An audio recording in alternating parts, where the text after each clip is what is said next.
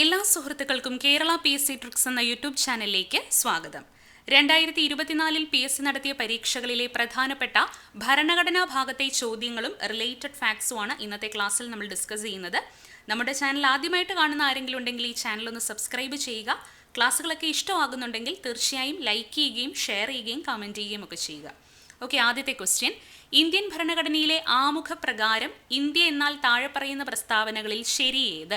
അപ്പോൾ നമ്മുടെ ആമുഖപ്രകാരം ഇന്ത്യ എന്നാൽ പരമാധികാര സോഷ്യലിസ്റ്റ് മതേതര ജനാധിപത്യ റിപ്പബ്ലിക് ആണ്. നമ്മുടെ ആമുഖത്തിൽ പറഞ്ഞിരിക്കുന്നത് ഇന്ത്യ എന്നാൽ പരമാധികാര സോഷ്യലിസ്റ്റ് മതേതര ജനാധിപത്യ റിപ്പബ്ലിക് എന്നാണ്. ഓപ്ഷൻ ബി ആണ് ഉത്തരം. നമ്മുടെ ആമുഖത്തിന് എത്ര ഭാഗങ്ങളുണ്ട്? 4 ഭാഗങ്ങളാണ് ആമുഖത്തിലുള്ളത്. അതിൽ ഒന്നാമത്തെ ഭാഗത്ത് പറയുന്നത് ഭരണഘടനയുടെ അധികാര സ്രോതസ്സിനെ കുറിച്ചാണ്. ആമുഖത്തിന്റെ ഒന്നാമത്തെ ഭാഗത്ത് എന്താണ് പറയുന്നത്? ഭരണഘടനയുടെ അധികാര സ്രോതസ്സിനെ കുറിച്ചാണ് പറയുന്നത്. ഭരണഘടനയുടെ അധികാര സ്രോതസ് ഇന്ത്യയിലെ ജനങ്ങളാണ് എന്നാണ് ആമുഖത്തിൽ പറയുന്നത്. ഭരണഘടനയുടെ അധികാര സ്രോതസ് ഇന്ത്യയിലെ ജനങ്ങളാണ് എന്ന് പറയുന്ന ഭരണഘടനയിലെ ഭാഗം ഏതാണ് എന്നുള്ളത് പ്രീവിയസ് ക്വസ്റ്റ്യൻ ആണ്. അപ്പോൾ ആമുഖത്തിലാണ് ഭരണഘടനയുടെ അധികാര സ്രോതസ് ഇന്ത്യയിലെ ജനങ്ങളാണ് എന്ന് പറയുന്നത്. ഇനി ആമുഖത്തിന്റെ രണ്ടാമത്തെ ഭാഗത്ത് എന്ത് പറയുന്നു? രാഷ്ട്രത്തിന്റെ സ്വഭാവം. രാഷ്ട്രത്തിന്റെ സ്വഭാവമാണ് നമ്മളോട് ഈ പറഞ്ഞിരിക്കുന്നത്. പരമാധികാര സോഷ്യലിസ്റ്റ് മതേതര ജനാധിപത്യ റിപ്പബ്ലിക് ആണ്. ഇപ്പോൾ രാഷ്ട്രത്തിന്റെ സ്വഭാവമാണ് രണ്ടാമത്തെ ഭാഗത്ത് പറയുന്നത്. മൂന്നാമത്തെ ഭാഗത്ത് ഭരണഘടനയുടെ ലക്ഷ്യങ്ങളെക്കുറിച്ച് പറയുന്നു. ഭരണഘടനയുടെ ലക്ഷ്യങ്ങൾ എന്തൊക്കെയാണ്? നീതി, സ്വാതന്ത്ര്യം, സമത്വം, സാഹോദര്യം. നീതി, സ്വാതന്ത്ര്യം, സമത്വം, സാഹോദര്യം എന്നിവയാണ് ഭരണഘടനയുടെ ലക്ഷ്യങ്ങൾ എന്നാണ് ആമുഖത്തിൽ പറഞ്ഞിരിക്കുന്നത്. അപ്പോൾ മൂന്നാമത്തെ ഭാഗത്ത് ഭരണഘടനയുടെ ലക്ഷ്യങ്ങൾ എന്തൊക്കെയാണെന്ന് പറയുന്നു. എന്തൊക്കെയാണ് ലക്ഷ്യങ്ങൾ? നീതി, സ്വാതന്ത്ര്യം, സമത്വം, സാഹോദര്യം എന്നിവയാണ്. ഈ നീതി എന്ന് പറഞ്ഞാൽ 3 തരത്തിലുള്ള നീതിയുണ്ട്. ഏതൊക്കെയാണ്? സാമൂഹിക നീതി, അതുപോലെ തന്നെ സാമ്പത്തിക നീതി, രാഷ്ട്രീയ നീതി. സാമൂഹിക നീതി, സാമ്പത്തിക നീതി, രാഷ്ട്രീയ നീതി, ഇങ്ങനെ 3 തരത്തിലുള്ള നീതിയെ പറ്റിയാണ് പറയുന്നത്. ഈ നീതി എന്ന ആശയം ഇന്ത്യ കടമെടുത്തിരിക്കുന്നത് എവിടെ നിന്നാണ്? റഷ്യൻ വിപ്ലവത്തിൽ നിന്നാണ് നീതി എന്ന ആശയം കടമെടുത്തിട്ടുള്ളത്. ഇനി സ്വാതന്ത്ര്യം, സമത്വം, സാഹോദര്യം, ഈ ആശയം എവിടെ നിന്നാണ്? ഫ്രാൻസിൽ നിന്നുമാണ്. സ്വാതന്ത്ര്യം, സമത്വം, സാഹോദര്യം എന്ന ആശയം. അതുപോലെ തന്നെ എപ്പോഴും ചോദിക്കുന്ന ഒന്നാണ് റിപ്പബ്ലിക് എന്ന ആശയം ഇന്ത്യ കടമെടുത്തിരിക്കുന്നത് എവിടെ നിന്നാണ്? ഫ്രാൻസിൽ നിന്നാണ്. അപ്പം നീതി എന്ന ആശയം റഷ്യൻ വിപ്ലവത്തിൽ നിന്നാണ്. സ്വാതന്ത്ര്യം, സമത്വം, സാഹോദര്യം, അതുപോലെ റിപ്പബ്ലിക് എന്നീ ആശയങ്ങൾ ഫ്രാൻസിൽ നിന്നുമാണ് കടമെടുത്തിരിക്കുന്നത്. ഇനി ആമുഖത്തിന്റെ 4ാമത്തെ ഭാഗത്ത് പറഞ്ഞിരിക്കുന്നത് ഭരണഘടന അംഗീകരിച്ച തീയതിയാണ്. ഏതാണ് ആ തീയതി? 1949 നവംബർ 26. അപ്പം 4ാമത്തെ ഭാഗത്ത് ഭരണഘടന അംഗീകരിച്ചത് 1949 നവംബർ 26 എന്ന് പറഞ്ഞിരിക്കുന്നു. ഇതും പ്രീവിയസ് ക്വസ്റ്റ്യൻ ആണ്. ഭരണഘടനയുടെ ആമുഖത്തിൽ പരാമർശിച്ചിട്ടുള്ള ഒരേയൊരു തീയതി ഏതാണ്? 1949 നവംബർ 26. ഇങ്ങനെ നമ്മുടെ ആമുഖത്തിന് 4 ഭാഗങ്ങൾ അല്ലെങ്കിൽ 4 ഘടകങ്ങളാണ് ഉള്ളത്. ഈ ആമുഖം എന്ന ആശയം ഇന്ത്യ കടമെടുത്തിരിക്കുന്നത് ഏത് രാജ്യത്ത് നിന്നാണ്? അമേരിക്കയിൽ നിന്നാണ്. പ്രീവിയസ് ക്വസ്റ്റ്യൻ ആണ്. ആമുഖം എന്ന ആശയം കടം കൊണ്ടിട്ടുള്ളത് അമേരിക്കയിൽ നിന്നാണ്. ഇന്ത്യൻ ഭരണഘടനയുടെ ആമുഖമായി മാറിയത് എന്താണ്? 1946 ഡിസംബർ 13 ജവഹർലാൽ നെഹ്റു അവതരിപ്പിച്ച ലക്ഷ്യപ്രമേയം അല്ലെങ്കിൽ ഒബ്ജക്റ്റീവ് റെസൊല്യൂഷനാണ് ഇന്ത്യൻ ഭരണഘടനയുടെ ആമുഖമായി മാറിയത്. പ്രീവിയസ് ക്വസ്റ്റ്യൻ ആണ്. ലക്ഷ്യപ്രമേയം അവതരിപ്പിച്ചത് ആരാണ്? ജവഹർലാൽ നെഹ്റു ആണ്. ലക്ഷ്യപ്രമേയം അവതരിപ്പിച്ചത് എന്നാണ്? 1946 ഡിസംബർ 13 ഈ ലക്ഷ്യപ്രമേയം ഭരണഘടനാ നിർമ്മാണ സഭ അംഗീകരിച്ചത് എന്നാണ്? 1947 ജനുവരി 22 ലക്ഷ്യപ്രമേയം ഭരണഘടനാ നിർമ്മാണ സഭ അംഗീകരിച്ചത്.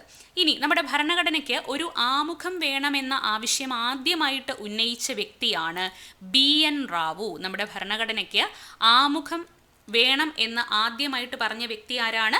BN റാവു ആണ്. ഇനി നമ്മൾ പറഞ്ഞു ആ ലക്ഷ്യങ്ങളിൽ സാഹോദര്യം എന്ന് പറയുന്ന ആ വാക്ക്. അപ്പം നമ്മുടെ ഭരണഘടനയിൽ സാഹോദര്യം എന്ന വാക്ക് നിർദ്ദേശിച്ചത് ആരാണ്? ഭരണഘടനയുടെ ശില്പിയായ BR അംബേദ്കർ തന്നെയാണ്. BR അംബേദ്കർ ആണ് സാഹോദര്യം എന്ന വാക്ക് നിർദ്ദേശിച്ചത്. അപ്പോൾ ഭരണഘടനയ്ക്ക് ആമുഖം വേണമെന്ന് പറഞ്ഞത് BN റാവു ആണ്. ഭരണഘടനയിൽ സാഹോദര്യം എന്ന വാക്ക് നിർദ്ദേശിച്ചത് ആരാണ്? BR അംബേദ്കർ ആണ്. ഇനി നമ്മുടെ ആമുഖം എത്ര തവണ ഭേദഗതി ചെയ്തിട്ടുണ്ട്? ഒരു തവണ മാത്രമാണ് നമ്മുടെ ഭരണഘടനയുടെ ആമുഖം ഭേദഗതി ചെയ്തത്. 1976 42-ാം ഭേദഗതി. 1976 42-ാം ഭേദഗതിയിലൂടെ 3 വാക്കുകളാണ് നമ്മുടെ ആമുഖത്തിൽ കൂട്ടിച്ചേർത്തത്. ഏതൊക്കെയാണ് ആ വാക്കുകൾ? സ്ഥിതി സമത്വം, സ്ഥിതി സമത്വം അഥവാ സോഷ്യലിസം, സ്ഥിതി സമത്വം അഥവാ സോഷ്യലിസം എന്ന വാക്ക് കൂട്ടിച്ചേർത്തു. അതുപോലെ തന്നെ മതേതരത്വം, മതേതരത്വം അഥവാ സെക്കുലാർ. അതുപോലെ രാജ്യത്തിൻ്റെ ഐക്യം എന്നുള്ളതിന് പകരം രാജ്യത്തിൻ്റെ ഐക്യവും അഖണ്ഡതയും എന്നാക്കി മാറ്റി. അപ്പോൾ സ്ഥിതി സമത്വം, മതേതരത്വം, അഖണ്ഡത എന്നീ 3 വാക്കുകളാണ് 1976 42-ാം ഭേദഗതിയിലൂടെ കൂട്ടിച്ചേർത്തത്. അടുത്ത ക്വസ്റ്റ്യൻ, ഇന്ത്യൻ ഭരണഘടനാ നിർമ്മാണ സഭയുമായി ബന്ധപ്പെട്ട് ശരിയായ പ്രസ്താവന ഏതാണ്? ഭരണഘടനാ നിർമ്മാണ സഭയിൽ 8 പ്രധാന കമ്മിറ്റികളാണ് ഉണ്ടായിരുന്നത് എന്നുള്ളത് ശരിയാണ്. ഭരണഘടനാ നിർമ്മാണ സഭയിൽ പ്രധാന കമ്മിറ്റികൾ അല്ലെങ്കിൽ മേജർ കമ്മിറ്റികളുടെ എണ്ണം എത്രയാണെന്ന് ചോദിച്ചാൽ അത് 8 ആണ്. ഡ്രാഫ്റ്റിംഗ് കമ്മിറ്റി ഒരു പ്രധാനപ്പെട്ട കമ്മിറ്റി ആയിരുന്നു എന്നുള്ളത് ശരിയാണ്. ഈ 8 പ്രധാന കമ്മിറ്റികളിൽ ഏറ്റവും പ്രധാനപ്പെട്ട കമ്മിറ്റി ഏതായിരുന്നു? ഡ്രാഫ്റ്റിംഗ് കമ്മിറ്റി ആയിരുന്നു. ജവഹർലാൽ നെഹ്റു ആയിരുന്നു ഡ്രാഫ്റ്റിംഗ് കമ്മിറ്റി ചെയർമാൻ എന്നുള്ളത് തെറ്റായ പ്രസ്താവനയാണ്. ഡ്രാഫ്റ്റിംഗ് കമ്മിറ്റിയുടെ ചെയർമാൻ ആരാണ്? BR അംബേദ്കർ ആണ്. BR അംബേദ്കർ ആയിരുന്നു ഡ്രാഫ്റ്റിംഗ് കമ്മിറ്റിയുടെ ചെയർമാൻ. അപ്പം ശരിയായ പ്രസ്താവനകൾ ഏതൊക്കെയാണ്? 1ഉം 2ഉമാണ്. ഓപ്ഷൻ സി ആണ് ഉത്തരം. ഓക്കെ, അപ്പം നമ്മുടെ ഭരണഘടനാ നിർമ്മാണ സഭയിൽ 8 മേജർ കമ്മിറ്റികളാണ് ഉണ്ടായിരുന്നത്. അത് ഓരോന്നും നമ്മൾ അറിയണം. അതിൻ്റെ ചെയർമാൻ ആരാണ് എന്നുള്ളതും അറിയണം. ആദ്യത്തേതാണ് union power committee, union power committee. അതുപോലെ തന്നെ union constitution committee, union power committee, union constitution committee. മറ്റൊരു കമ്മിറ്റിയാണ് സ്റ്റേറ്റ്സ് കമ്മിറ്റി, സ്റ്റേറ്റ്സ് കമ്മിറ്റി. ഈ 3 കമ്മിറ്റികളുടെയും ചെയർമാൻ ആരാണ്? ജവഹർലാൽ നെഹ്റു ആണ്. Union power committee, union constitution committee, States committee, ഈ 3 കമ്മിറ്റികളുടെയും ചെയർമാൻ ആരാണ്? ജവഹർലാൽ നെഹ്റു ആണ്. ഇനി മറ്റൊന്നാണ് provincial constitution committee, provincial constitution committee. പ്രൊവിൻസസുമായി ബന്ധപ്പെട്ട കമ്മിറ്റിയുടെ ചെയർമാൻ ആരാണ്? സർദാർ വല്ലഭായ് പട്ടേലാണ്. സർദാർ വല്ലഭായ് പട്ടേലാണ് പ്രൊവിൻഷ്യൽ കോൺസ്റ്റിറ്റ്യൂഷൻ കമ്മിറ്റിയുടെ ചെയർമാൻ ആയിരുന്നത്. ഇനി ഏറ്റവും പ്രധാനപ്പെട്ട കമ്മിറ്റി നമ്മൾ പറഞ്ഞു ഡ്രാഫ്റ്റിംഗ് കമ്മിറ്റി അല്ലേ? ഡ്രാഫ്റ്റിംഗ് കമ്മിറ്റിയുടെ ചെയർമാൻ ആരാണ്? BR അംബേദ്കർ ആണ് ഡ്രാഫ്റ്റിംഗ് കമ്മിറ്റിയുടെ ചെയർമാൻ. റിപ്പീറ്റഡ് ക്വസ്റ്റ്യൻ ആണ്. ഇനി അടുത്ത കമ്മിറ്റിയാണ് മൗലികാവകാശ കമ്മിറ്റി, മൗലികാവകാശ കമ്മിറ്റി. വളരെ ഇമ്പോർട്ടൻ്റ് ആണ് മൗലികാവകാശ. അതുപോലെ തന്നെ ന്യൂനപക്ഷ ആൻഡ് ട്രൈബൽ കമ്മിറ്റി, മൗലികാവകാശ, ന്യൂനപക്ഷ ആൻഡ് ട്രൈബൽ കമ്മിറ്റി. ഈ കമ്മിറ്റിയുടെ ചെയർമാൻ ആരാണ് എന്ന് ചോദിച്ചാൽ അത് സർദാർ വല്ലഭായ് പട്ടേലാണ്. സർദാർ വല്ലഭായ് പട്ടേലാണ് മൗലികാവകാശ, ന്യൂനപക്ഷ, ട്രൈബൽ കമ്മിറ്റിയുടെ ചെയർമാൻ. ഇനി ഈ കമ്മിറ്റിക്ക് തന്നെ സബ് കമ്മിറ്റികളുണ്ട്. അത് നമ്മളോട് ചോദിക്കാറുണ്ട്. മൗലികാവകാശ സബ് കമ്മിറ്റിയുടെ ചെയർമാൻ, മൗലികാവകാശ സബ് കമ്മിറ്റിയുടെ ചെയർമാൻ ആരാണ്? JB കൃപലാനിയാണ്. JB കൃപലാനിയാണ്. പ്രീവിയസ് ക്വസ്റ്റ്യൻ ആണ്. മൗലികാവകാശ സബ് കമ്മിറ്റിയുടെ ചെയർമാൻ ആരാണ്? JB കൃപലാനിയാണ്. ഇനി ന്യൂനപക്ഷ സബ് കമ്മിറ്റിയുടെ ചെയർമാൻ ആരാണ്? ന്യൂനപക്ഷ സബ് കമ്മിറ്റിയുടെ ചെയർമാൻ HC മുഖർജി. HC മുഖർജിയാണ് ന്യൂനപക്ഷ സബ് കമ്മിറ്റിയുടെ ചെയർമാൻ. അപ്പം മൗലികാവകാശ, ന്യൂനപക്ഷ, ട്രൈബൽ കമ്മിറ്റിയുടെ ചെയർമാൻ സർദാർ വല്ലഭായ് പട്ടേലാണ്. മൗലികാവകാശ സബ് കമ്മിറ്റി ആണെങ്കിൽ കൃപലാനിയാണ്. അതുപോലെ ന്യൂനപക്ഷ സബ് കമ്മിറ്റി ആണെങ്കിൽ അത് HC മുഖർജിയാണ്. ഇനി അടുത്ത കമ്മിറ്റിയാണ് rules of procedure committee. Rules of procedure കമ്മിറ്റിയുടെ ചെയർമാൻ ആരാണ്?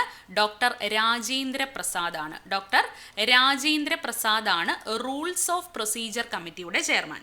അതുപോലെ തന്നെ മറ്റൊരു കമ്മിറ്റിയാണ് steering committee. Steering committee, steering കമ്മിറ്റിയുടെ ചെയർമാനും ആര് തന്നെയാണ്? ഡോക്ടർ രാജേന്ദ്ര പ്രസാദ് ആണ്. Rules of procedure committee, steering committee എന്നീ കമ്മിറ്റികളുടെ ചെയർമാൻ ആരാണ്? ഡോക്ടർ രാജേന്ദ്ര പ്രസാദ് ആണ്. അപ്പോൾ ഇത്രയുമാണ് 8 പ്രധാനപ്പെട്ട കമ്മിറ്റികൾ, മേജർ കമ്മിറ്റി എന്ന് പറയുന്നത്. അപ്പം നമ്മൾ പറഞ്ഞതിൽ ഏറ്റവും ഇമ്പോർട്ടൻ്റ് ആയിട്ടുള്ള കമ്മിറ്റി ആയിരുന്നു ഡ്രാഫ്റ്റിംഗ് കമ്മിറ്റി എന്ന് പറയുന്നത്. ഭരണഘടനയുടെ ഡ്രാഫ്റ്റ് തയ്യാറാക്കുന്നതിന് വേണ്ടിയിട്ടുള്ള ഒരു കമ്മിറ്റി ആയിരുന്നു.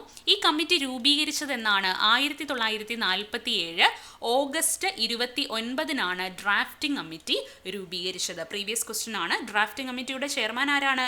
BR അംബേദ്കർ ആണ്. ഇനി ഈ ഡ്രാഫ്റ്റിംഗ് കമ്മിറ്റിയിൽ എത്ര അംഗങ്ങളുണ്ട്? ഡ്രാഫ്റ്റിംഗ് കമ്മിറ്റിയിലെ അംഗങ്ങളുടെ എണ്ണം 7 ആണ്. അതും പ്രീവിയസ് ക്വസ്റ്റ്യൻ ആണ്. ഡ്രാഫ്റ്റിംഗ് കമ്മിറ്റിയിൽ എത്ര അംഗങ്ങളുണ്ട്? 7 അംഗങ്ങളാണുള്ളത്. നമ്മൾ പറഞ്ഞു അതിൻ്റെ ചെയർമാൻ എന്ന് പറയുന്നത് BR അംബേദ്കർ. അംബേദ്കർ ആണ് ചെയർമാൻ. ഇനി അംബേദ്കർ കൂടാതെ ആരൊക്കെയുണ്ട്? KM മുൻഷി. KM മുൻഷി ഉണ്ട്. BR Ambedkar, KM Munshi. Then Muhammad Saadulla. Muhammad Saadulla. Alladi Krishnaswami Ayyar. Alladi Krishnaswami Ayyar. അതുപോലെ N Gopalaswami Ayyangar. N Gopalaswami Ayyangar. Then BL Mitter ഉണ്ട്. BL മിത്തർ. ഈ BL മിത്തർ രാജിവെച്ചതിന് ശേഷം വന്ന വ്യക്തി ആരാണ്? N മാധവറാവു ആണ്. N മാധവറാവു. BL മിത്തർ രാജിവെച്ചതിന് ശേഷം വന്ന വ്യക്തി ആരാണ്? N മാധവറാവു ഉണ്ട്. അതുപോലെ DP ഖെയ്ത്താൻ ഉണ്ട്. DP ഖെയ്ത്താൻ. ഈ DP ഖെയ്ത്താൻ മരണപ്പെട്ടതിനെ തുടർന്ന് വന്ന വ്യക്തിയാണ് TT കൃഷ്ണമാചാരി. TT കൃഷ്ണമാചാരിയാണ് DP ഖെയ്ത്താൻ്റെ മരണത്തെ തുടർന്ന് നിയമിതനായ വ്യക്തി. അപ്പോൾ ഡ്രാഫ്റ്റിംഗ് കമ്മിറ്റിയിൽ ആകെ എത്ര അംഗങ്ങളാണുള്ളത്? 7 അംഗങ്ങളാണ്. ഈ 7 അംഗങ്ങളും വളരെ ഇമ്പോർട്ടൻ്റ് ആണ്. ഓക്കെ. മൗലികാവകാശങ്ങളുമായി ബന്ധപ്പെട്ട ശരിയായ പ്രസ്താവനകൾ കണ്ടെത്തുക. നമ്മുടെ മൗലികാവകാശങ്ങളിൽ ചിലത് പൗരന്മാർക്ക് മാത്രമേ ലഭിക്കൂ. ശരിയാണ്. മൗലികാവകാശങ്ങളിൽ ചിലത് പൗരന്മാർക്ക് മാത്രം, ഇന്ത്യൻ പൗരന്മാർക്ക് മാത്രമുള്ളതാണ്. ചില മൗലികാവകാശങ്ങൾ ഏത് വ്യക്തികൾക്കും ലഭിക്കും എന്നുള്ളത് ശരിയാണ്. ചിലത് ഇന്ത്യൻ പൗരന്മാർക്കും അതുപോലെ തന്നെ വിദേശ പൗരന്മാർക്കും ലഭിക്കുന്ന മൗലികാവകാശങ്ങളുണ്ട്. നിയമത്തിനു മുമ്പിൽ തുല്യതയ്ക്കുള്ള അവകാശം ഏതൊരു വ്യക്തിക്കും ലഭിക്കും എന്നുള്ളത് ശരിയാണ്. നിയമത്തിനു മുമ്പിൽ തുല്യത ഏതാണ്? ആർട്ടിക്കിൾ 14 നിയമത്തിനു മുമ്പിൽ തുല്യതയെ പറ്റി പറയുന്നത്. അത് ഏതൊരു വ്യക്തിക്കും ലഭിക്കുന്ന അവകാശമാണ്. പൊതു തൊഴിലിൻ്റെ കാര്യത്തിൽ അവസര സമത്വം, ആർട്ടിക്കിൾ 16 അവസര സമത്വത്തെക്കുറിച്ച് പറയുന്നത്. അത് ഇന്ത്യൻ പൗരന്മാർക്ക് മാത്രം ലഭിക്കുന്നതാണ് എന്നുള്ളതും ശരിയാണ്. അപ്പം 4 സ്റ്റേറ്റ്മെൻറ്റ്സും ശരിയാണ്. ഓപ്ഷൻ D ആണ് ഉത്തരം. ഓക്കെ. അപ്പോൾ നമുക്കറിയാം മൗലിക അവകാശങ്ങൾ എന്ന് പറയുന്നത് നമ്മുടെ ഭരണഘടനയിൽ ഭാഗം 3 ആർട്ടിക്കിൾ 12 മുതൽ 35 വരെയാണ് മൗലിക അവകാശങ്ങളെക്കുറിച്ച് പറയുന്നത്. അപ്പം മൗലിക അവകാശങ്ങളിൽ ചിലത് ഇന്ത്യൻ പൗരന്മാർക്ക് മാത്രമുള്ളതാണ്. ചിലത് പൗരന്മാർക്കും അതുപോലെ തന്നെ വിദേശ പൗരന്മാർക്കും കൂടെ ലഭിക്കുന്നതാണ്. ശത്രു രാജ്യത്തെ പൗരന്മാരൊഴികെ ബാക്കിയുള്ള വിദേശ രാജ്യത്തെ പൗരന്മാർക്കും കൂടെ ലഭിക്കുന്ന അവകാശങ്ങളാണ് ഈ മൗലിക അവകാശങ്ങളിലുള്ളത്. അപ്പോൾ ആർട്ടിക്കിൾ 14 എന്ന് പറയുന്നതിനകത്ത് 2 കാര്യങ്ങൾ പറയുന്നുണ്ട്. നിയമത്തിന് മുന്നിൽ തുല്യത, അതുപോലെ തന്നെ തുല്യ നിയമ പരിരക്ഷ എന്നീ 2 കാര്യങ്ങളാണ് പറയുന്നത്. അതിൽ നിയമത്തിന് മുന്നിൽ തുല്യത എന്ന് പറയുന്ന ആശയം ബ്രിട്ടനിൽ നിന്നാണ്. തുല്യ നിയമ പരിരക്ഷ എന്ന ആശയം എവിടെ നിന്നാണ്?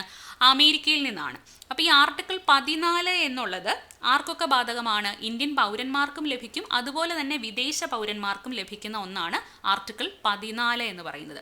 ഇനി ആർട്ടിക്കിൾ 15 എന്താണ്? വിവേചനത്തിൽ നിന്നുള്ള സംരക്ഷണമാണ് ആർട്ടിക്കിൾ 15 പറയുന്നത്. വിവേചനത്തിൽ നിന്നുള്ള സംരക്ഷണം. ഇത് ആർക്ക് മാത്രം ലഭിക്കുന്നതാണ്? ഇന്ത്യൻ പൗരന് മാത്രം ലഭിക്കുന്നതാണ് ആർട്ടിക്കിൾ 15. ഇനി ആർട്ടിക്കിൾ 16 പൊതുനിയമനങ്ങളിൽ അവസര സമത്വത്തെക്കുറിച്ചാണ് പറയുന്നത്. പൊതുനിയമനങ്ങളിൽ അവസര സമത്വം എന്നുള്ളത് ആർക്ക് ലഭിക്കുന്നതാണ്? ഇന്ത്യൻ പൗരന് മാത്രം ലഭിക്കുന്ന ഒന്നാണ്. ഇനി ആർട്ടിക്കിൾ 19 എന്ന് പറയുന്നത് എന്താണ്? 6 ഫണ്ടമെൻ്റൽ ഫ്രീഡംസ് ആണ്. ഫണ്ടമെൻ്റൽ ഫ്രീഡംസ് 6 മൗലിക സ്വാതന്ത്ര്യങ്ങളാണ് ആർട്ടിക്കിൾ 19 പറയുന്നത്. ഈ മൗലിക സ്വാതന്ത്ര്യങ്ങൾ എന്ന് പറയുന്നത് ഇന്ത്യൻ പൗരന് മാത്രമുള്ളതാണ്. ഇനി ആർട്ടിക്കിൾ 20 എന്നുള്ളത് എന്താണ്? കുറ്റം സ്ഥാപിക്കുന്നതുമായി ബന്ധപ്പെട്ടുള്ള സംരക്ഷണമാണ് ആർട്ടിക്കിൾ 20. ആർട്ടിക്കിൾ 20 എന്ന് പറയുന്നത് ആർക്കൊക്കെ ലഭിക്കും? ഇന്ത്യൻ പൗരനും ലഭിക്കും, അതുപോലെ തന്നെ വിദേശ പൗരനും അല്ലെങ്കിൽ മറ്റു വ്യക്തികൾക്കും കൂടെ ലഭിക്കുന്നതാണ് ആർട്ടിക്കിൾ 20.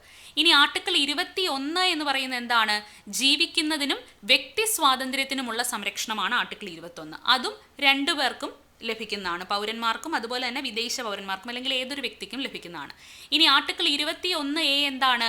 വിദ്യാഭ്യാസത്തിനുള്ള അവകാശം. വിദ്യാഭ്യാസത്തിനുള്ള അവകാശം ആർട്ടിക്കിൾ 21A എന്ന് പറയുന്നതും ആർക്കൊക്കെ ലഭിക്കും? ഇന്ത്യൻ പൗരനും വിദേശ പൗരന്മാർക്കും ലഭിക്കുന്നതാണ്. ഇനി ആർട്ടിക്കിൾ 22 എന്താണ്? അന്യായമായ അറസ്റ്റിനും തടങ്കലിൽ വെക്കുന്നതിനും എതിരെയുള്ള അവകാശമാണ്. അതും ഇന്ത്യൻ പൗരന്മാർക്കും വിദേശ പൗരന്മാർക്കും ലഭിക്കും. പിന്നെ ആർട്ടിക്കിൾ 23ഉം 24ഉം എന്താണ്? ചൂഷണത്തിനെതിരെയുള്ള അവകാശമാണ്. ചൂഷണത്തിനെതിരെയുള്ള അവകാശവും എല്ലാ വ്യക്തികൾക്കും ലഭിക്കുന്നതാണ്. പിന്നെ ആർട്ടിക്കിൾ 25 മുതൽ 28 വരെ മതസ്വാതന്ത്ര്യത്തിനുള്ള അവകാശമാണ്. ഈ മതസ്വാതന്ത്ര്യത്തിനുള്ള അവകാശവും എല്ലാ വ്യക്തികൾക്കും ലഭിക്കുന്നതാണ്. അപ്പോൾ ഇതിനകത്ത് ഇന്ത്യൻ പൗരന്മാർക്ക് മാത്രം ലഭ്യമാകുന്ന അവകാശങ്ങൾ ഏതൊക്കെയാണെന്ന് ഓർത്തിരിക്കണം. ആർട്ടിക്കിൾ 15 വിവേചനത്തിൽ നിന്നുള്ള സംരക്ഷണം, ആർട്ടിക്കിൾ 16 അവസര സമത്വം, പിന്നെ 19 6 മൗലിക സ്വാതന്ത്ര്യങ്ങൾ, പിന്നെ 29ഉം 30ഉം എന്താണ്? സാംസ്കാരികവും വിദ്യാഭ്യാസപരവുമായ അവകാശം. സാംസ്കാരികവും വിദ്യാഭ്യാസപരവുമായ അവകാശമാണ് ആർട്ടിക്കിൾ 29, 30 പറയുന്നത്. അപ്പോൾ ഇത്രയും അനുച്ഛേദങ്ങളുമായി ബന്ധപ്പെട്ട അവകാശങ്ങൾ ഇന്ത്യൻ പൗരന്മാർക്ക് മാത്രം ലഭിക്കുന്നതാണ്. അടുത്തത് ചേരുംപടി ചേർക്കുക. ഇന്ത്യ കടമെടുത്ത ആശയങ്ങളെക്കുറിച്ചാണ് പറയുന്നത്. നിർദ്ദേശക തത്വങ്ങൾ. നിർദ്ദേശക തത്വങ്ങൾ ഇന്ത്യ കടമെടുത്തിരിക്കുന്നത് എവിടെ നിന്നാണ്? അയർലൻഡിൽ നിന്നുമാണ് കടമെടുത്തിരിക്കുന്നത്. ഇനി മൗലിക കർത്തവ്യങ്ങൾ റഷ്യയിൽ നിന്നുമാണ് കടമെടുത്തിരിക്കുന്നത്. അവശിഷ്ട അധികാരങ്ങൾ കാനഡയിൽ നിന്നുമാണ് അവശിഷ്ട അധികാരങ്ങൾ. ഭരണഘടനാ ഭേദഗതി എന്നുള്ളത് ദക്ഷിണാഫ്രിക്കയിൽ നിന്നാണ്. അപ്പോൾ ഓപ്ഷൻ എ ആണ് ഉത്തരം. നിർദ്ദേശക തത്വങ്ങൾ എവിടെ നിന്നാണ്? അയർലൻഡിൽ നിന്നാണ്. മൗലിക കർത്തവ്യങ്ങൾ റഷ്യയിൽ നിന്നാണ്. അവശിഷ്ട അധികാരങ്ങൾ കാനഡയിൽ നിന്നാണ്. ഭരണഘടനാ ഭേദഗതി എന്നുള്ളത് ദക്ഷിണാഫ്രിക്കയിൽ നിന്നാണ്. അപ്പോൾ ഈ കടമെടുത്തതുമായി ബന്ധപ്പെട്ട മറ്റൊരു ചോദ്യം കൂടെ വന്നിരുന്നു. ഇതാണ്: കാനഡ ഭരണഘടനയിൽ നിന്നും ഇന്ത്യൻ ഭരണഘടന കടം കൊണ്ട ആശയങ്ങളിൽ ചുവടെ ചേർക്കുന്നതിൽ ശരിയേത്? അർദ്ധ ഫെഡറൽ സമ്പ്രദായം. നമ്മൾ എവിടെ നിന്നാണ് കടമെടുത്തത്? കാനഡയിൽ നിന്നാണ്. ശിഷ്ട അധികാരങ്ങൾ, അതാണ് അവശിഷ്ട അധികാരങ്ങൾ, റെസിജ്വൽ പവേഴ്സ് എന്ന് പറയുന്ന ആശയം എവിടെ നിന്നാണ്? കാനഡയിൽ നിന്നാണ്. നിർദ്ദേശക തത്വങ്ങൾ നമ്മൾ എവിടെ നിന്നാണ്? അയർലൻഡിൽ നിന്നാണ് കടമെടുത്തത്. അപ്പോൾ കാനഡയിൽ നിന്നും കടമെടുത്തത് അർദ്ധ ഫെഡറൽ സമ്പ്രദായം, ശിഷ്ട അധികാരങ്ങൾ, ഈ 2 ആശയങ്ങളാണ്. ഓപ്ഷൻ ഡി ആണ് ഉത്തരം. ഓക്കെ, അപ്പോൾ അയർലൻഡിൽ നിന്ന് നമ്മൾ കടമെടുത്തിട്ടുള്ള ആശയങ്ങൾ എന്തൊക്കെയാണ്? ഒന്നിവിടെ തന്നിട്ടുണ്ട്. നിർദ്ദേശക തത്വങ്ങൾ, directive principles of state policy അയർലൻഡിൽ നിന്നാണ്. അതുപോലെ തന്നെ രാഷ്ട്രപതി തെരഞ്ഞെടുപ്പ് എന്നുള്ള ആശയം നമ്മൾ എവിടെ നിന്നാണ്? അയർലൻഡിൽ നിന്നുമാണ്. രാഷ്ട്രപതി തിരഞ്ഞെടുപ്പ്. അതുപോലെ രാജ്യസഭാ അംഗങ്ങളുടെ നോമിനേഷൻ എന്ന് പറയുന്നതും അയർലൻഡിൽ നിന്നാണ്. ചോദിച്ചിട്ടുണ്ട്. നിർദ്ദേശക തത്വങ്ങൾ, രാഷ്ട്രപതി തെരഞ്ഞെടുപ്പ്, രാജ്യസഭ അംഗങ്ങളുടെ നോമിനേഷൻ എന്നീ 3 കാര്യങ്ങൾ നമ്മൾ കടമെടുത്തിരിക്കുന്നത് അയർലൻഡിൽ നിന്നാണ്. ഇനി ദക്ഷിണാഫ്രിക്കയിൽ നിന്ന് ഭരണഘടനാ ഭേദഗതിയും അതുപോലെ രാജ്യസഭാ അംഗങ്ങളുടെ തെരഞ്ഞെടുപ്പ് എവിടെ നിന്നാണ്? ദക്ഷിണാഫ്രിക്കയിൽ നിന്നാണ്. രാജ്യസഭാ അംഗങ്ങളുടെ നോമിനേഷൻ എന്നുള്ളത് അയർലൻഡിൽ നിന്നാണ്. രാജ്യസഭാ അംഗങ്ങളുടെ തെരഞ്ഞെടുപ്പ് എന്നുള്ളത് എവിടെ നിന്നാണ്? ദക്ഷിണാഫ്രിക്കയിൽ നിന്നുമാണ് കടം കൊണ്ടിട്ടുള്ളത്. ഇനി കാനഡയിൽ നിന്നും നമ്മൾ പറഞ്ഞു അവശിഷ്ട അധികാരങ്ങളുണ്ട്.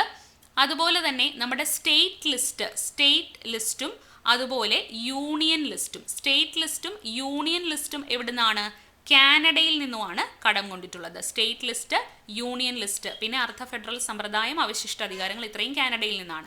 അപ്പോൾ കൺകറന്റ് ലിസ്റ്റ് എവിടെ നിന്നാണ്? ഓസ്ട്രേലിയയിൽ നിന്നാണ്. കൺകറന്റ് ലിസ്റ്റ് എന്നുള്ളത് ഓസ്ട്രേലിയയിൽ നിന്നാണ് കടമെടുത്തിട്ടുള്ളത്. ഇനി റഷ്യയിൽ നിന്ന് നമ്മൾ പറഞ്ഞു മൗലിക കർത്തവ്യങ്ങൾ എന്നുള്ളത് റഷ്യയിൽ നിന്നാണ്. അതുപോലെ തന്നെ മുമ്പേ നമ്മൾ പറഞ്ഞതാണ് നീതി, സാമൂഹ്യ സാമ്പത്തിക രാഷ്ട്രീയ നീതി. ഈ നീതി എന്ന് പറയുന്ന ആശയം നമ്മൾ എവിടെ നിന്നാണ് കടമെടുത്തിട്ടുള്ളത്? റഷ്യയിൽ നിന്നാണ്. അതുപോലെ പഞ്ചവത്സര പദ്ധതികൾ എന്നുള്ള ആശയം നമ്മൾ എവിടെ നിന്നാണ് കടമെടുത്തിട്ടുള്ളത്? റഷ്യയിൽ നിന്നുമാണ് കടമെടുത്തിട്ടുള്ളത്. ഓക്കെ, അടുത്ത ക്വസ്റ്റ്യൻ. ഡാഷ് സ്ഥാനത്തേക്കുള്ള തെരഞ്ഞെടുപ്പിന് താഴെ പറയുന്ന യോഗ്യതകൾ ആവശ്യമാണ്. ഇന്ത്യൻ പൗരനായിരിക്കണം, 35 വയസ്സ് പൂർത്തിയായിരിക്കണം, ലാഭകരമായ ഒരു പദവിയും വഹിക്കരുത്, രാജ്യസഭാ അംഗമായി തിരഞ്ഞെടുക്കാൻ യോഗ്യതയുണ്ടായിരിക്കണം. അപ്പോൾ ഈ യോഗ്യതകൾ ഉണ്ടായിരിക്കേണ്ടത് ആർക്കാണ്? ഇന്ത്യയുടെ ഉപരാഷ്ട്രപതി. ഓപ്ഷൻ ഡി, ഇന്ത്യൻ പൗരനായിരിക്കണം, 35 വയസ്സ് പൂർത്തിയായിരിക്കണം, ലാഭകരമായ ഒരു പദവിയും വഹിക്കരുത്, അതുപോലെ രാജ്യസഭാ അംഗമായി തിരഞ്ഞെടുക്കാൻ യോഗ്യതയുള്ള വ്യക്തിയായിരിക്കണം. ഇനി രാഷ്ട്രപതി ആണെങ്കിലോ, രാഷ്ട്രപതിയായി തിരഞ്ഞെടുക്കപ്പെടാനുള്ള യോഗ്യതയിൽ എന്തെല്ലാം കാര്യങ്ങളാണ് വരുന്നത്?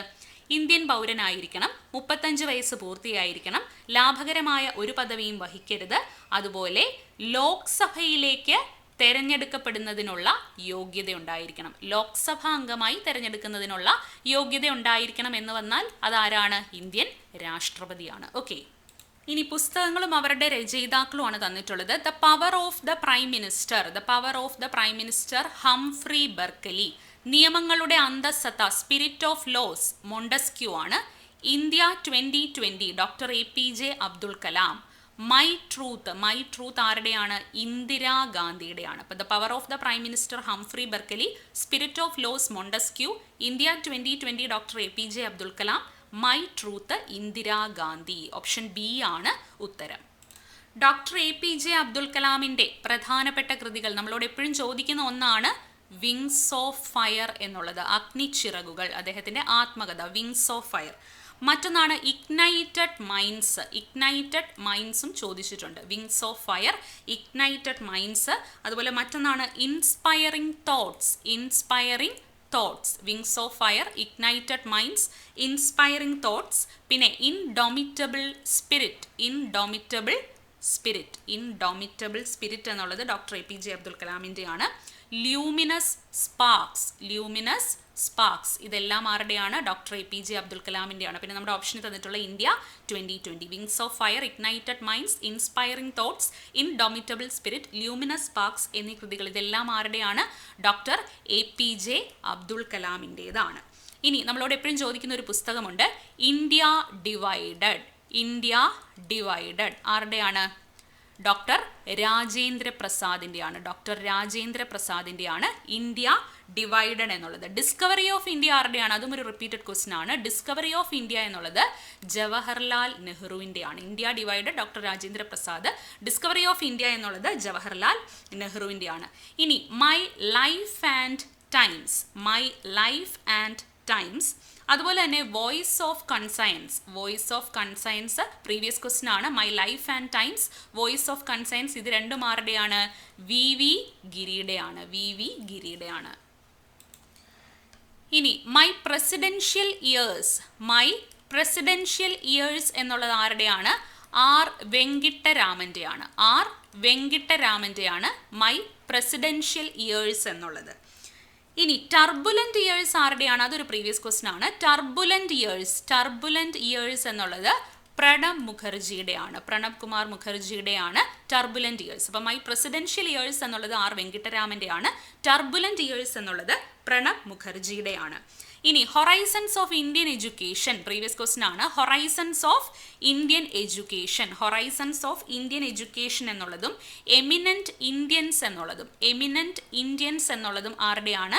ശങ്കർ ദയാൽ ശർമ്മയുടെയാണ്. Horizons of Indian education, eminent Indians ഇത് രണ്ടും ആരുടെയാണ്? ശങ്കർ ദയാൽ ശർമ്മയുടേതാണ്. ഇനി മറ്റൊരു പ്രീവിയസ് ക്വസ്റ്റ്യൻ ആണ് ഇമേജസ് ആൻഡ് ഇൻസൈറ്റ്സ് എന്നുള്ളത് ആരുടെയാണ്? KR നാരായണൻ്റെയാണ്. ഇമേജസ് ആൻഡ് ഇൻസൈറ്റ്സ് എന്നുള്ളത് ആരുടെയാണ്? KR നാരായണൻ്റെയാണ്. ഇനി മറ്റൊരു പ്രീവിയസ് ക്വസ്റ്റ്യൻ ആണ് ഇൻസൈഡർ എന്നുള്ളത്. ദ ഇൻസൈഡർ എന്ന് പറയുന്നത് ആരുടെയാണ്? PV നരസിംഹ റാവുവിൻ്റെയാണ്. ഇൻസൈഡർ എന്നുള്ളത് PV നരസിംഹ റാവുവിൻ്റെയാണ്. ഇനി ഡിസിസീവ് ഡേയ്സ് എന്നുള്ളത് ആരുടെയാണ്? വാജ്പേയിയുടെയാണ്. AB വാജ്പേയിയുടെയാണ് ഡിസിസീവ് ഡേയ്സ് എന്നുള്ളത്. ഓക്കെ, താഴെ തന്നിരിക്കുന്നവയിൽ തെറ്റായ ജോഡികൾ ഏവാന്നാണ് ചോദിച്ചിരിക്കുന്നത്. ബൽവന്തറായ് കമ്മീഷൻ 1957 എന്നുള്ളത് ശരിയാണ്. PK തുങ്കൻ കമ്മീഷൻ 1990 എന്നുള്ളത് തെറ്റാണ്. അശോക് മേത്ത കമ്മീഷൻ 1977 ശരിയാണ്. സർക്കാരിയ കമ്മീഷൻ 1983 ശരിയാണ്. അപ്പോൾ തെറ്റായ ജോഡി ഏതാണ്? ഓപ്ഷൻ C 2 ആണ്. ഇതെല്ലാം പഞ്ചായത്തി രാജ് കമ്മീഷൻസിനെ കുറിച്ചാണ് പറഞ്ഞിരിക്കുന്നത്. ബൽവന്ത് റായ് കമ്മീഷൻ എന്ന് പറയുന്നത് നമുക്കറിയാം ആദ്യത്തെ പഞ്ചായത്തി രാജ് കമ്മീഷനാണ്. 1957 ഈ ഒരു കമ്മിറ്റിയെ അപ്പോയിന്റ് ചെയ്തിട്ടുള്ളത്. അപ്പോൾ ഒരു ത്രിതല പഞ്ചായത്തി രാജ് സംവിധാനം മുന്നോട്ട് വെച്ച കമ്മീഷൻ ഏതാണ്? ബൽവന്ത് റായ് കമ്മീഷനാണ്. ഇനി രണ്ടാമത്തേതാണ് അശോക് മേത്ത കമ്മീഷൻ. 1977 പഞ്ചായത്തി രാജ് സിസ്റ്റത്തെക്കുറിച്ച് പഠിക്കാനായിട്ട് അപ്പോയിന്റ് ചെയ്ത കമ്മീഷനാണ് അശോക് മേത്ത കമ്മീഷൻ. ഈ കമ്മീഷനാണ് committee on Panchayati Raj institutions എന്നറിയപ്പെടുന്നത്. പ്രീവിയസ് ക്വസ്റ്റൻ ആണ്. Committee on Panchayati Raj institutions എന്നറിയപ്പെടുന്ന കമ്മീഷൻ ഏതാണ്? അശോക് മേത്ത കമ്മീഷനാണ്. 1977 അപ്പോയിന്റ് ചെയ്യുന്നത്. അശോക് മേത്ത കമ്മീഷനിൽ അംഗമായിരുന്ന മലയാളി ആരാണ് എന്നൊരു പ്രീവിയസ് ക്വസ്റ്റ്യൻ ഉണ്ട്. EMS നമ്പൂതിരിപ്പാടാണ്. ഇനി PK തുങ്കൻ കമ്മീഷൻ ഏത് വർഷമാണ്? PK Thungon commission 1989. ഇതൊരു മറ്റൊരു ക്വസ്റ്റ്യൻ പേപ്പറിലും ഇതേ വർഷം തന്നെ ചോദിച്ചിട്ടുള്ള ഒരു ക്വസ്റ്റ്യൻ ആണ്. അപ്പോൾ PK തുങ്കൻ കമ്മീഷൻ എന്ന് പറയുന്നത് 1989 PK തുങ്കൻ കമ്മീഷൻ എന്ന് പറയുന്നത്. അപ്പോൾ പഞ്ചായത്തി രാജ് സ്ഥാപനങ്ങളെക്കുറിച്ച് പഠിക്കാൻ നിയോഗിക്കപ്പെട്ട മറ്റ് പ്രധാനപ്പെട്ട കുറച്ച് കമ്മിറ്റികളും കൂടിയുണ്ട്. ഒന്ന് ഹനുമന്ത റാവു കമ്മിറ്റി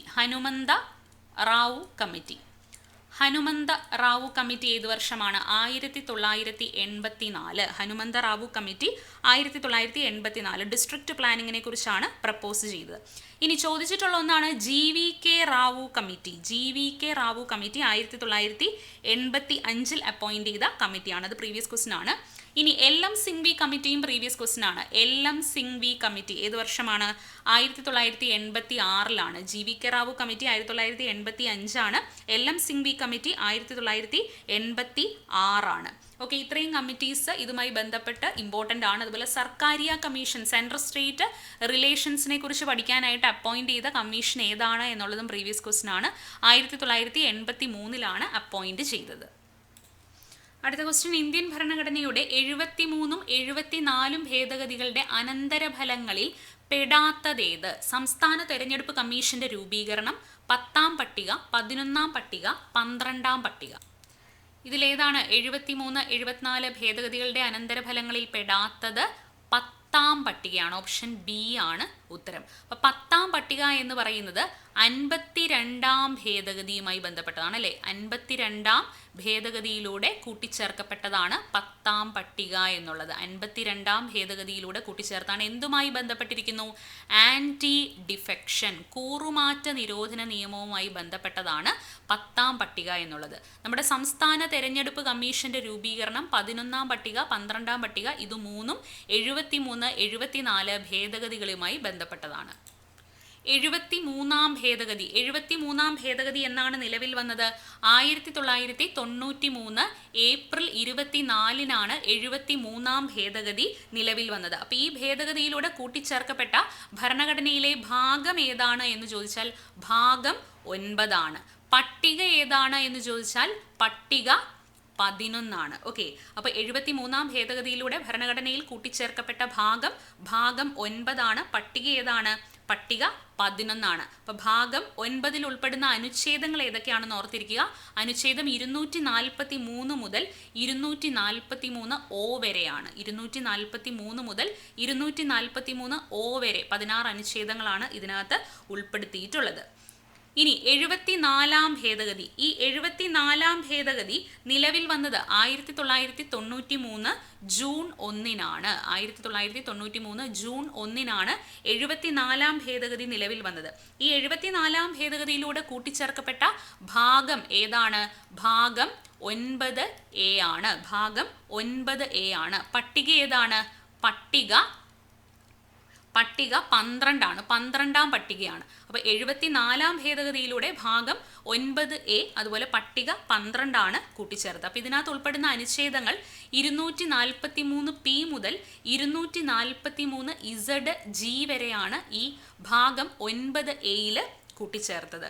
ഓക്കെ, അപ്പോൾ ഈ പട്ടിക 11 എന്താണ് പറയുന്നത്? പഞ്ചായത്തുകളുടെ അധികാരവും ഉത്തരവാദിത്വവുമാണ് പട്ടിക 11 പറയുന്നത്. പട്ടിക 12 എന്താണ് പറയുന്നത്?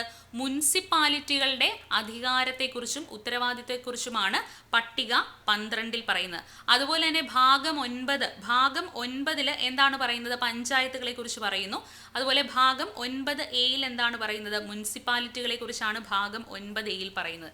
ഇനി നമ്മുടെ ക്വസ്റ്റ്യനിലുണ്ട് സംസ്ഥാന തെരഞ്ഞെടുപ്പ് കമ്മീഷന്റെ രൂപീകരണം എന്നുള്ളത്. സംസ്ഥാന തെരഞ്ഞെടുപ്പ് കമ്മീഷന്റെ രൂപീകരണവും ഈ രണ്ട് ഭേദഗതികളുമായി ബന്ധപ്പെട്ടതാണ്. അപ്പോൾ സംസ്ഥാന തെരഞ്ഞെടുപ്പ് കമ്മീഷനുമായി ബന്ധപ്പെട്ട അനുച്ഛേദങ്ങൾ ഓർത്തിരിക്കുക. 243K, 243ZA എന്നിവയാണ്. 243K, 243ZA എന്നിവയാണ് സംസ്ഥാന തെരഞ്ഞെടുപ്പ് കമ്മീഷനുമായി ബന്ധപ്പെട്ട അനുച്ഛേദങ്ങൾ. ഓക്കെ, അടുത്ത ക്വസ്റ്റ്യൻ, ധനബില്ലിനെ സംബന്ധിച്ചുള്ള ഇന്ത്യൻ ഭരണഘടനാ അനുച്ഛേദം.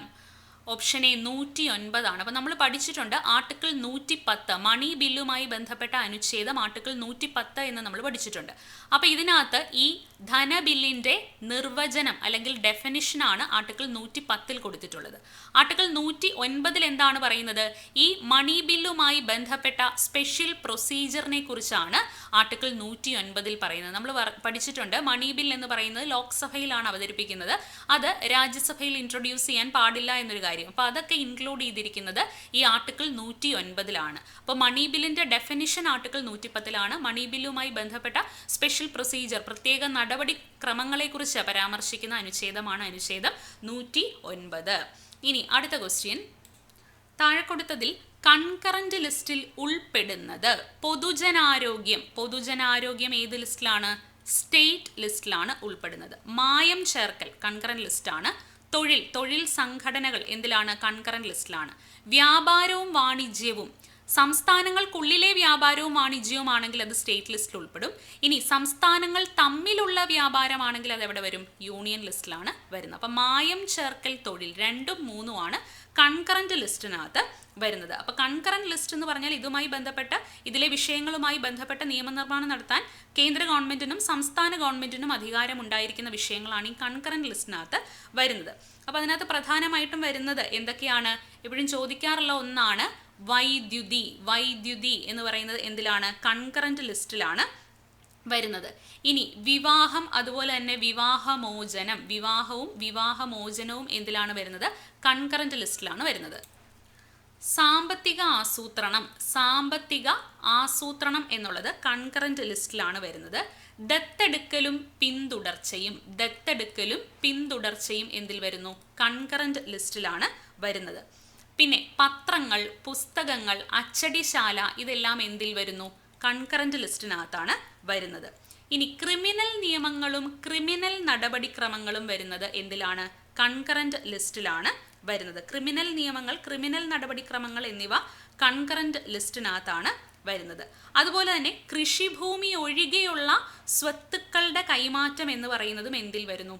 കൺകറന്റ് ലിസ്റ്റിലാണ് വരുന്നത്. അപ്പോൾ വൈദ്യുതി, വിവാഹമോചനം, സാമ്പത്തിക ആസൂത്രണം, ദത്തെടുക്കലും പിന്തുടർച്ചയും, പത്രം, പുസ്തകങ്ങൾ, അച്ചടിശാലകൾ, ക്രിമിനൽ നിയമങ്ങളും ക്രിമിനൽ നടപടിക്രമങ്ങളും, കൃഷിഭൂമി ഒഴികെയുള്ള സ്വത്തുക്കളുടെ കൈമാറ്റം ഇതെല്ലാം എന്തിൽ വരുന്നു? കൺകറന്റ് ലിസ്റ്റിൽ വരുന്ന വിഷയങ്ങളാണ്. അപ്പോൾ കൺകറന്റ് ലിസ്റ്റ് എന്ന് പറയുന്ന ആശയം കടമെടുത്തിരിക്കുന്ന എവിടെ നിന്നാണ്? ഓസ്ട്രേലിയയിൽ നിന്നാണ് ഈ കൺകറന്റ് ലിസ്റ്റ് എന്ന് പറയുന്ന ആശയം കടമെടുത്തിട്ടുള്ളത്.